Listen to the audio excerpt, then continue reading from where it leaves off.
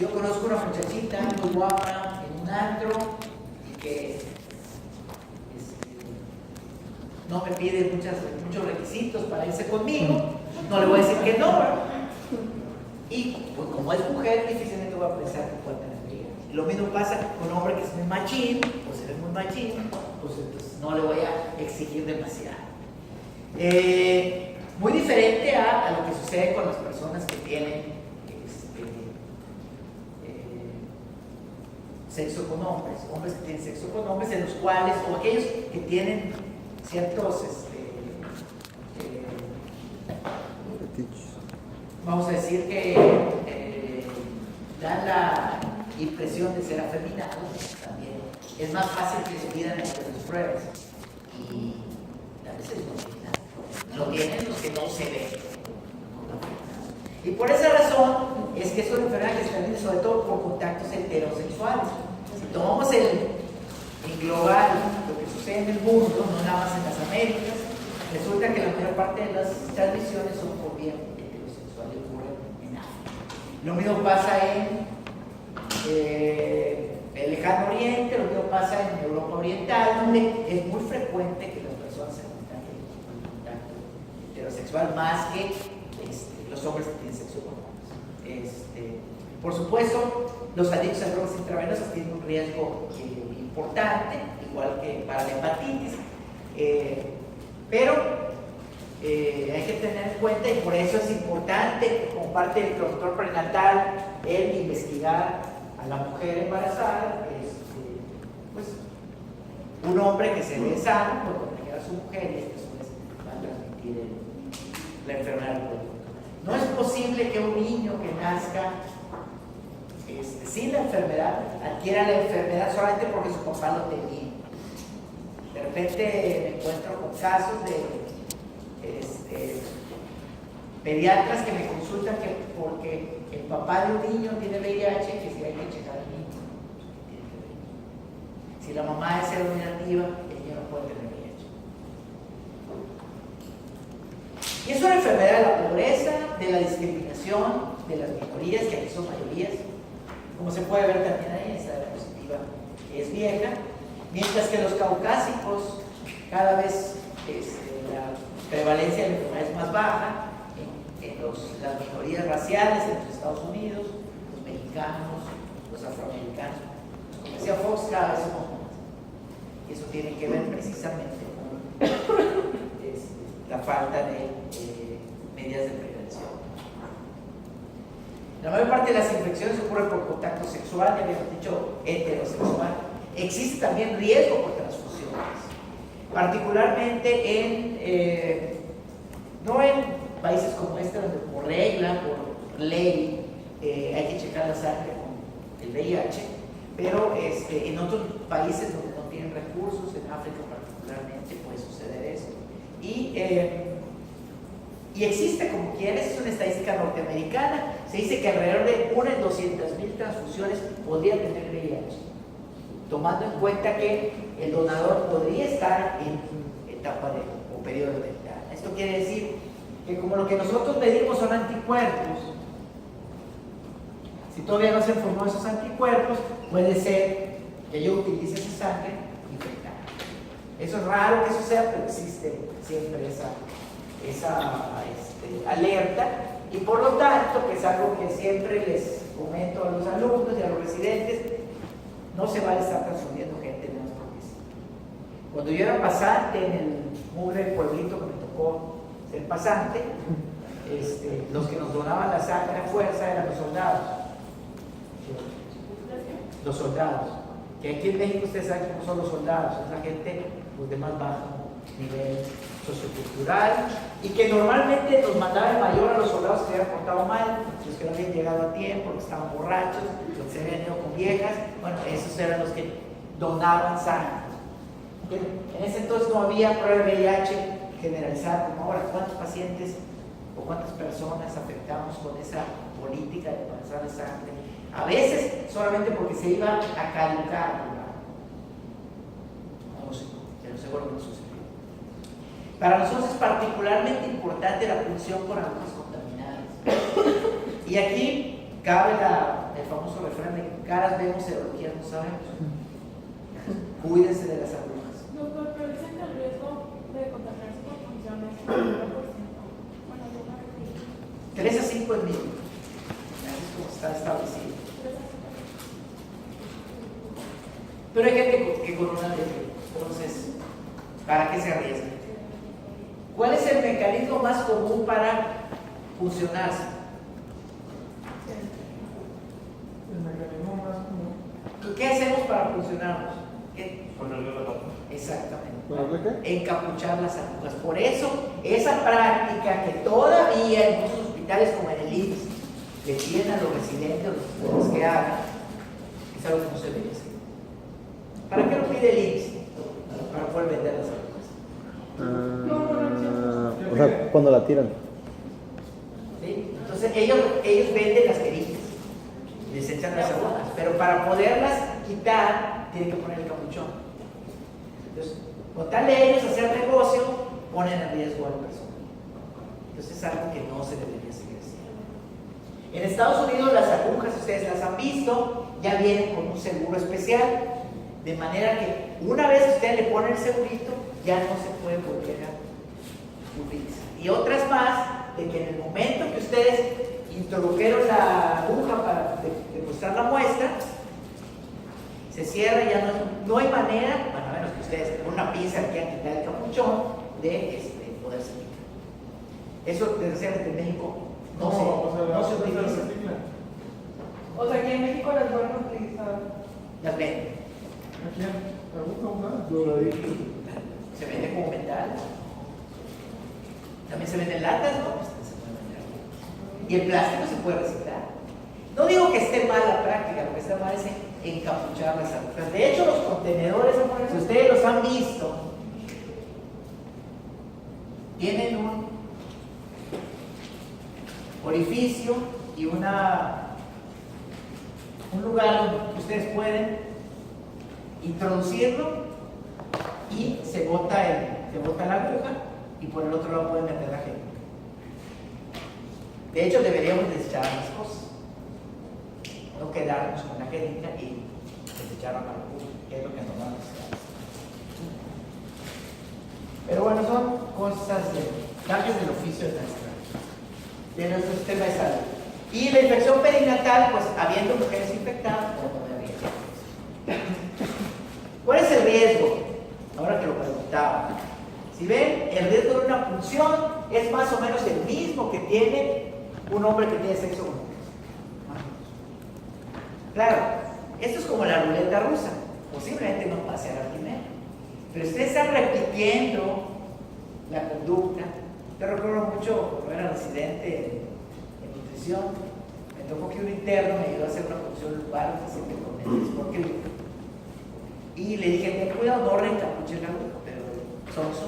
Dijo, lo voy a hacer con una mano, que es la manera más correcta de hacerlo.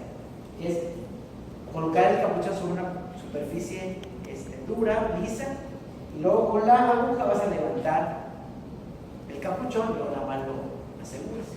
Esa es la mejor manera. Pero este sonso hizo así, y luego le metió galleta y se atravesó el capuchón y se picó. Digo, son cosas que pasan, pero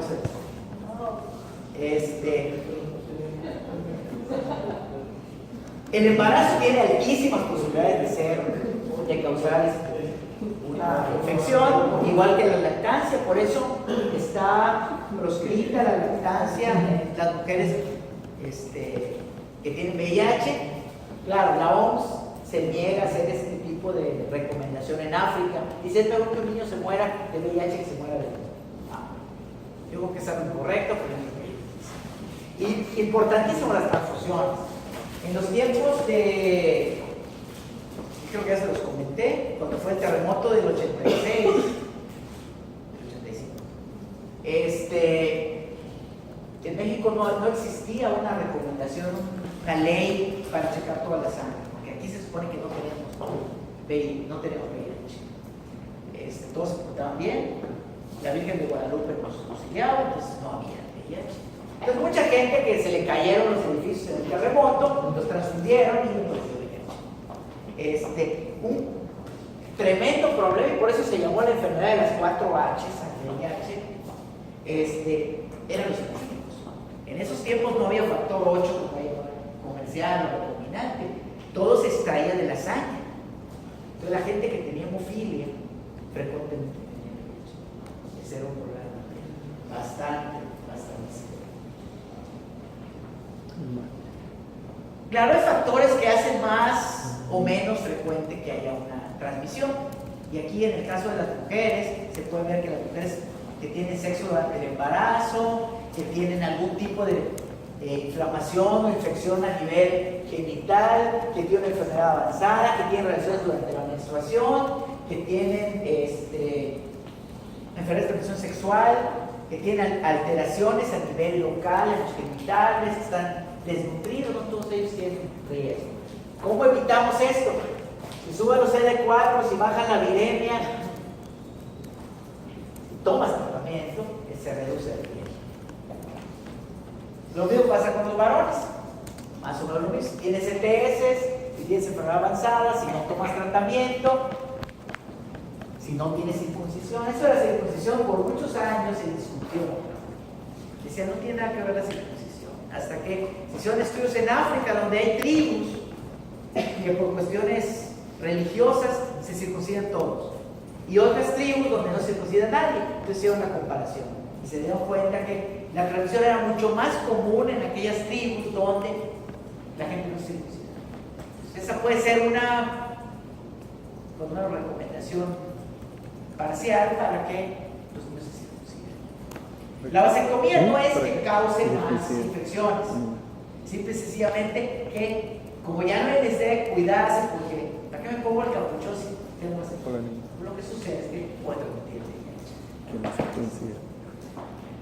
Y en cuanto a los niños, la enfermedad basal también tiene que ver si hay una ruptura prematura temprana, es una enfermedad en la madre. Algo bien importante, que el niño sea muy parecido genéticamente con el padre.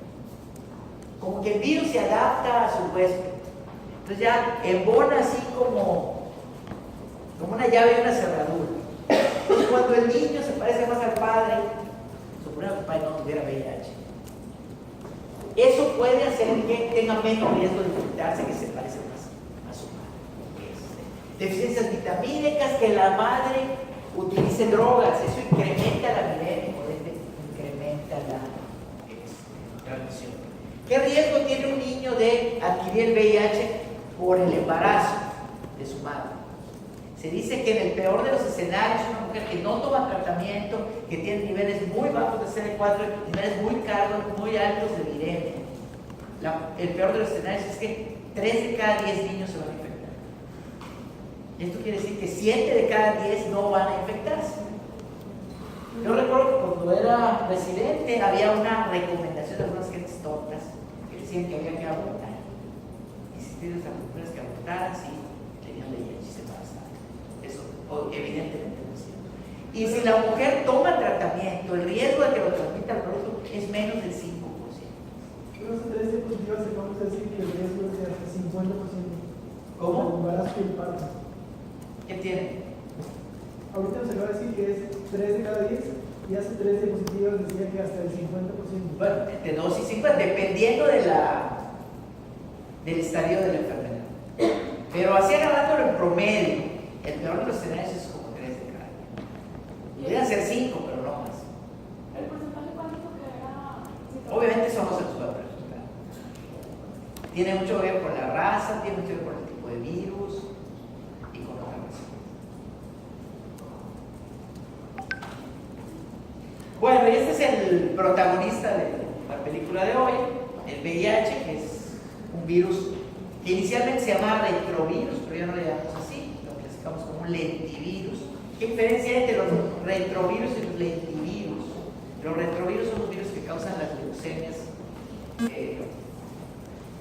de células T. ¿Qué diferencia entre tener una neoplasia y tener una enfermedad desgastante como el VIH? Muy sencillo. El VIH destruye células. Las leucemias, ¿qué hacen? Inmortalizan células. Entonces, precisamente por esa diferencia es que nos agrupamos en lugares diferentes. Y tiene 3 partes principales el VIH.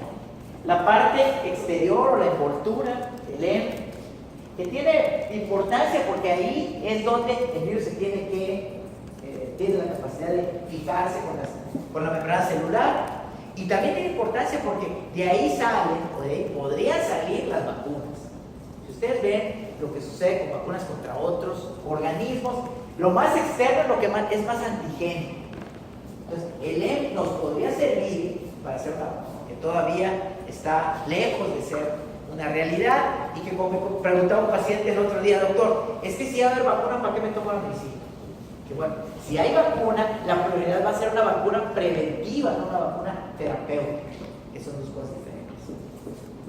La otra parte importante es el GAR, que es la parte estructural. Vamos a decir que el esqueleto del virus, lo que le da la forma, la fortaleza. Ahí está el cápside, ahí está la matriz.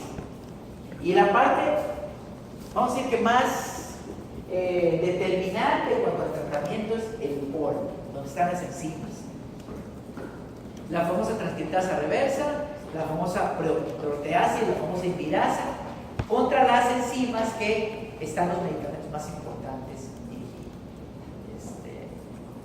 Claro, el virus es bien inteligente, o por lo menos se comporta como tal, y por eso frecuentemente está cambiando los genes de estas enzimas y se hace resistente a la acción de las medicinas. Entonces hay muchos otros proteínas o genes más, pero si se sabe que, ustedes se acuerdan que hay 3, y son esos, realmente ya saben bastante.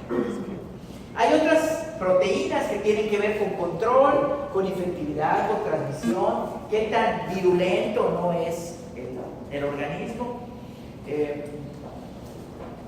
Sirve para regular la entrada del virus a la célula, la regulación de la salida de los viriones. Incluso hay algunas de estas proteínas que son primordialmente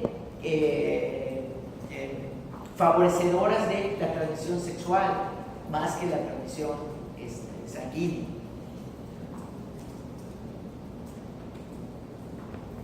El VIH en realidad tiene muchos tipos.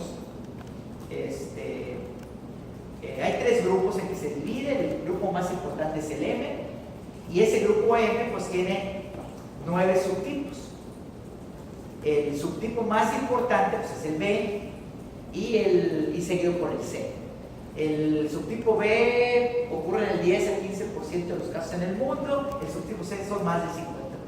Y alguien podría preguntarse ¿por qué el B, que son menos, es más importante que el C? La respuesta es muy sencilla, está en esa fotografía. El B es de las personas que pueden pagar las medicinas. La gente que vive en Norteamérica, la gente que vive en Europa, en Australia, en Japón, es la que tiene el B. La que tiene el C, pues vive en África, en el Lejano Oriente, en la India. Eso no importa, no van a comprar las medicinas. La mayor parte de las medicinas, vacunas y terapias que se dan instrumental generalmente van dirigidas al subtipo B. Los subtipos también pueden tener sus subtipos y estos a su vez formas clínicas recomendadas, por lo que se puede decir que el virus de cada persona es diferente y lo podemos confirmar muy fácil. No es raro que alguno de mis pacientes que está muy bien controlado, que tiene carga viral indetectable, le va muy bien con su tratamiento, no lo deja de tomar, pero se va de vacaciones a Cancún y conoce ahí a otra persona. Y resulta que pues yo estoy infectado, tú estás infectado, pues ¿qué problema hay? Ni te protejas tú ni me protejo yo. El problema es que si, como siempre sucede, o casi siempre sucede, el virus de uno es diferente del otro, a la hora de combinarse lo que puede suceder es que sea tan diferente que el medicamento que está tomando el receptor del nuevo virus a lo mejor no va a responder. Entonces llegan con síndromes de primoinfección, síndromes de retrovirales agudos, que se supone que solo pasan una vez, pero en este caso pueden pasar varias veces. Y la situación es de que si este subtipo o subtipo o forma clínica recombinante es una forma resistente, tal vez hay que cambiar todo. Entonces todo eso hay que... Si cambias el tratamiento, tratas el nuevo, pero el viejo lo sigues teniendo. No. A la hora que tú ves el genotipo, vas a estudiar los dos. Porque lo que vas a ver son las mutaciones de los dos virus. Y el tratamiento va a O sí, posiblemente va a ser diferente. el doble combinación. Bueno, ¿qué es lo que pensamos inicialmente con el VIH? Nos enseñaron que tú no te preocupes, eres seropositivo, seguramente han escuchado ese término. No seas enfermo, solo eres seropositivo. Pues eso es como decir que alguien que tiene cáncer y no tiene síntomas, pues solamente es seropositivo. Oye, pues tienes un tumor, pero no te duele, pero no estás amarillo, no tienes fiebre, no se te ve la bolota en el cuello, no te estás ahogando, entonces déjalo ser.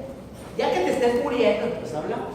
Así es como veíamos el VIH. Claro, la situación era muy sencilla de explicar, no había medicinas. Entonces, esa era la idea de que el virus estaba dormido y ya se acabó. Y se supone, está establecido que desde el momento que el virus entra en el organismo, empieza a causar daño. Claro, esto es algo que igual que el cáncer va pasando despacito.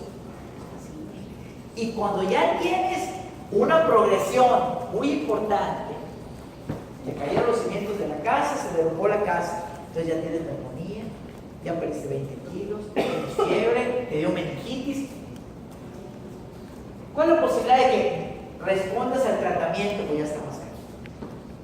Entonces, actualmente la idea es de que la enfermedad está vigente desde el principio y tal vez haya que tratarla mucho más temprano que lo que hacemos ahora. Entonces todo esto tiene que ver con el ciclo viral, que pueden ver ahí, se parece al del herpes, con una diferencia. El virus, en el momento que se adhiere, se fusiona a la membrana, necesita agarrar otros correceptores o quimosinas para desnudarse. Así como cuando ustedes van al quirófano, tienen que poner pitufo. En este caso el virus se quita la ropa, se pone su pitufo, entra al citoplasma, pero al ser un virus RNA no puede entrar al núcleo. Entonces necesita de la enzima transcriptasa reversa, transcriptasa inversa, que es la que lo cambia y lo vuelve un virus DNA. Y entonces ya siendo DNA puede entrar al núcleo y finalmente se inserta, se integra al genoma de la célula y se adueña de la célula. Si ustedes vieron la película de la mosca, que siempre lo pongo de ejemplo, pues es exactamente lo que le pasó al chavo cuando se metió al teletransportador con la mosca. Se integró el genoma de la mosca con el de ella. Entonces, poco a poco, él se fue haciendo mosca. Entonces, esta célula, este linfocito o este macrófago, poco a poco se va a hacer mosca. Y va a empezar a producir billones, muchos billones, hasta que reviente. Y cada uno de esos billones va a buscar a otra célula para poder infectar. Con la particularidad que cuando se vaya de la célula, se va a llevar también membrana, parte de la membrana celular. Y entonces ya va a ser más difícil para nuestro sistema inmune reconocer quién es el bueno y quién es el malo. De ahí estriba la dificultad para curar la enfermedad. Claro, todo esto tiene mucho que ver con la inmunidad del huésped.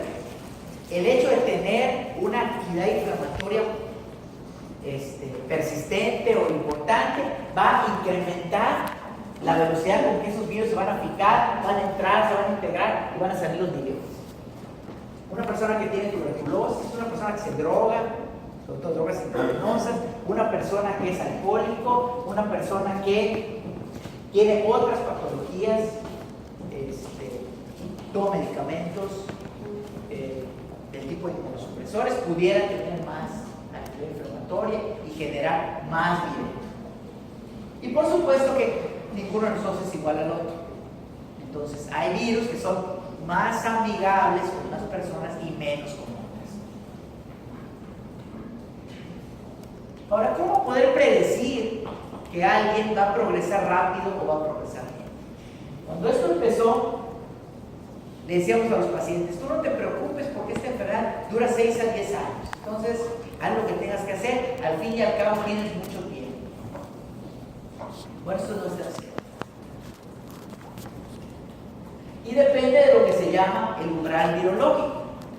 Cuando nuestras células de defensa, que pueden ser células naturales, CD8, anticuerpos neutralizantes, son capaces de controlar la viremia inicial de la preinfección y disminuyen la viremia casi hasta ser indetectable, el paciente va a progresar lentamente. Es el paciente que va a durar 10 años, o a lo mejor dura toda su vida. En cambio, aquel que no es capaz de montar una respuesta inmune apropiada y que la viremia se queda muy alta, ese paciente va a progresar muy rápido. Muy sencillo de explicar. Más virus infectan más células, destruyen más células, se te acaban las defensas. Entonces, ¿de qué depende esto? Del virus, qué capacidad tenga, de los famosos proteínas reguladoras, de qué tamaño sea el pool de células infectadas. No es lo mismo que te transfundan una bolsa de sangre con VIH, como pasaba con los hemofílicos, a que te des un piquetito. Y por supuesto, ¿qué rapidez tiene o qué acción tienen estas células para poder depurar al virus? Sabemos que los CD8 son los que con más frecuencia tienen actividad contra el VIH, sin embargo, se van cansando. Y poco a poco esa actividad anti-VIH se va perdiendo, se hace una tolerancia a la infección y el virus va ganando. Entonces, tradicionalmente, esto es lo que se ve. Un paciente que se infecta, se expone, tiene una viremia inicial de 2, 4, 6 semanas. Eso va a causar que se caigan los CD4, que están en rosa. Va a haber una respuesta inmune, sobre todo de CD8, que van a contrarrestar al virus, van a disminuir la viremia y de acuerdo a qué tanto disminuya la viremia es lo que va a durar el paciente en el estado de vida. Entonces hay personas, los típicos progresores que duran 6 a 10 años, pero también están los que progresan muy lentamente, que pueden pasar 15, 20 años y no tienen síntomas, o aquellos que de plano nunca van a progresar, que también se dan. Y por el otro lado están los que progresan rápidamente. Yo he tenido pacientes que antes de su matrimonio se van a una despedida de soltero y ellos se curan ante la Biblia y todos los santos de que fue la única vez que se portaron mal. Y al cabo de 6 meses, un año, ya tienen 56 cuartos. Entonces eso puede pasar. Y el reservorio que constituyen las células es lo que permite que el virus no sea depurado. Como pueden ver aquí, el VIH en el plasma solo vive alrededor de 30 minutos. ¿Cómo? Solo vive como 30 minutos. Entonces, si el virus no fuera capaz de meterse a las células, camina. Claro, una vez que se metió aquí, se puede mantener en reposo por muchos años. Y de ahí viene la estadística, el cálculo estadístico que se ha hecho. ¿Cuánto requeriría una persona de tener la viremia indetectable para no infectar más células y que las que quedaron se pudieran ir limpiando o muriendo? Tendría que vivir alrededor de 150 años. Como no vive 150 años, hasta hoy nadie se ha podido curar de esto. Y el problema también es de que no solamente son los CD4, que eso es lo que nos enseñaban en la escuela. Hubo gente que dijo, pues mato todos los CD4, pues vamos a darle quimioterapia específica, anticuerpos monoclonales contra los CD4. El problema es que si nos quedamos con CD4, nos morimos. Pero tampoco esa era la respuesta, porque como pueden ver aquí, la mayor parte del virus ni siquiera está en los CD4. Está en nuestro reservorio, nuestro santuario más grande que la Basílica de Guadalupe, para el VIH, que es nuestro intestino. Es el lugar donde hay más ganglios linfáticos, están las placas del pene, hay más linfocitos que en ninguna otra parte, y ahí es donde se aposta el virus. Y por eso también se piensa que hay mucho más posibilidad de tener una infección cuando se tiene sexo anal. porque ahí es donde hay más virus. Entonces, ¿qué hago? Le quito el intestino también y me va a quedar el cerebro, los riñones, el hígado, el vaso. La moraleja es que no se puede acabar eso. Y la otra cosa es de que el virus se aprovecha de nuestras defensas. Entonces, si nosotros no generáramos reacción inflamatoria, como pasa con el virus de los chimpancés, y se lo inoculamos a un mandril, le da síndrome rectorenal agudo. Va a tener fiebre, linfadenopatía, rash, le da fiebre, igual que al chimpancé. Nada más que, igual que sucede con el virus del Epstein-Barr o del herpes o citomegalovirus en nuestra especie, el mandril se acostumbra a tenerlo y ya no quiere atacar. Al no haber reacción inflamatoria contra el virus, el mandril es ELISA positivo, pero no se enferma. El chimpancé, en cambio, al a continuar su batalla contra el VIH, lo que hace es ir destruyendo sus células. Entonces el virus es un virus citopático, pero también es antigénico. De hecho, si no lo fuera, tal vez no habría enfermedad. Y por eso hay gente que ha dicho, bueno, pues vamos a darles inmunosupresores. A lo mejor así controlo la enfermedad. Sin embargo, eso tampoco funciona. Entonces, ese es de una revisión ya viejita, pero es un excelente dibujo donde se ve que un macrófago, una célula mononuclear infectada que presenta el antígeno, genera reacción inflamatoria con muchas citocinas. Eso es lo que favorece que otras células se infecten. Y claro, esto puede ser por el mismo VIH, pero también puede ser por otras cosas. Una persona que tiene aparte sífilis, tuberculosis, que utiliza drogas intravenosas, es más fácil que acelere ese proceso inflamatorio, incremente el ciclo viral, que aumente la replicación viral, y eso va a traer consecuencias. Va a subir la carga viral, van a bajar los CD4, va a haber más destrucción celular. Obviamente eso genera también más resistencia, porque el virus va a estar mutando rápidamente, y esto es como, a ustedes les gusta lo del casino, es como cuando le dan la maquinita, se pone a girar y puede ser que salgan todos los 6, te ganes el premio mayor que es morir.